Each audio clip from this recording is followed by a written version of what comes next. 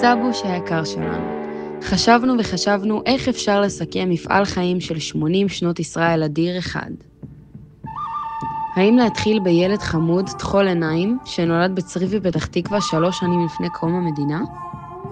או אולי לספר על הנער החסון והחברותי שלמד במקווה ישראל, המדריך, החתיך בבני עקיבא, או הקומונר המוערץ, הרוח החיה של גרעין הלאומים.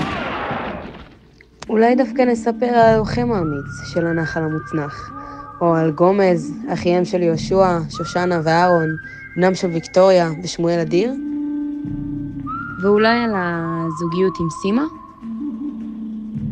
על השליחות לספרד? על המעבר לכפר סירקין? על אבא מסור ל3 ילדים? על שנות קייטנת כפר סירקין העליזות? על שנות החווה החקלאית והאהבה לטבע ולחיות? על שנים של טיולים ומסעות בעולם? ובואו אפילו לא נתחיל לספר על שנים מאושרות כל כך של גידול נכדות ונכדים. סבוש האהוב שלנו, החלטנו לתת לתמונות לספר את הסיפור. סיפור מופלא של 80 שנה של אהבה למשפחה, אהבה למדינה, אהבה לסבתא ולילדים ולנכדים, אהבה לאמא האדמה ולכל החי והצומח, אהבה ליהדות, לקהילה, לבני האדם, אהבה לחיים בגלגול הזה.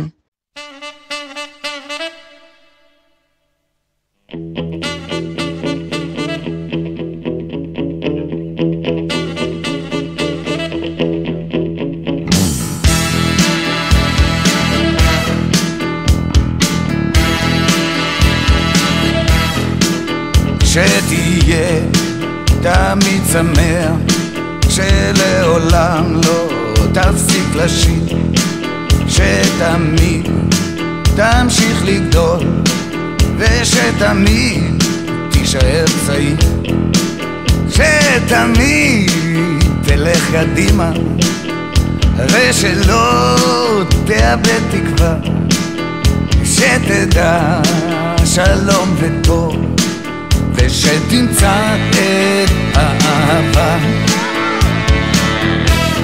בואנה שתשכיל לחיות ביחד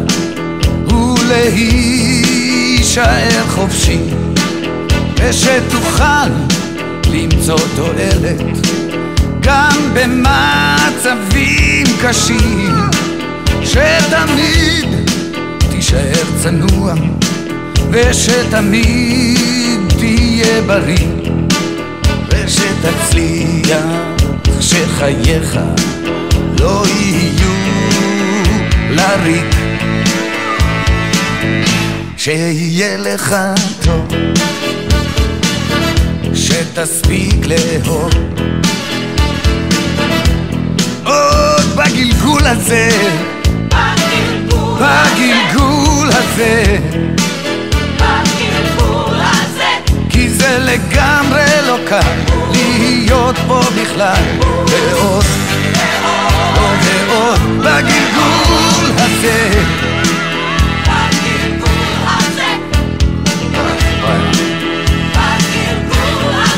שתהיה לאחרים כמו שאתה אל עצמך, שתתברך במה שיש, ושתשמח חלקך, שתמצא את דרכך בכל דרך שתלך, ושתדע להישרד מול הגורל המתהפך,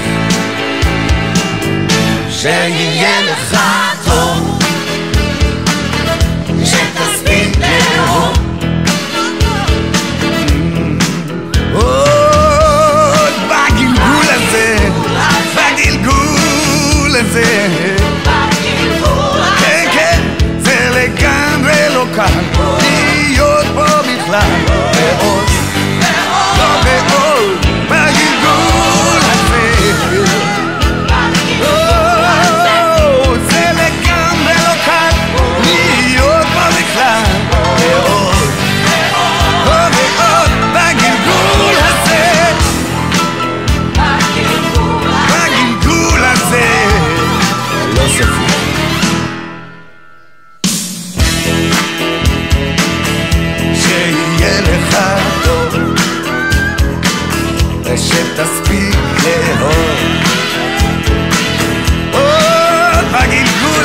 כן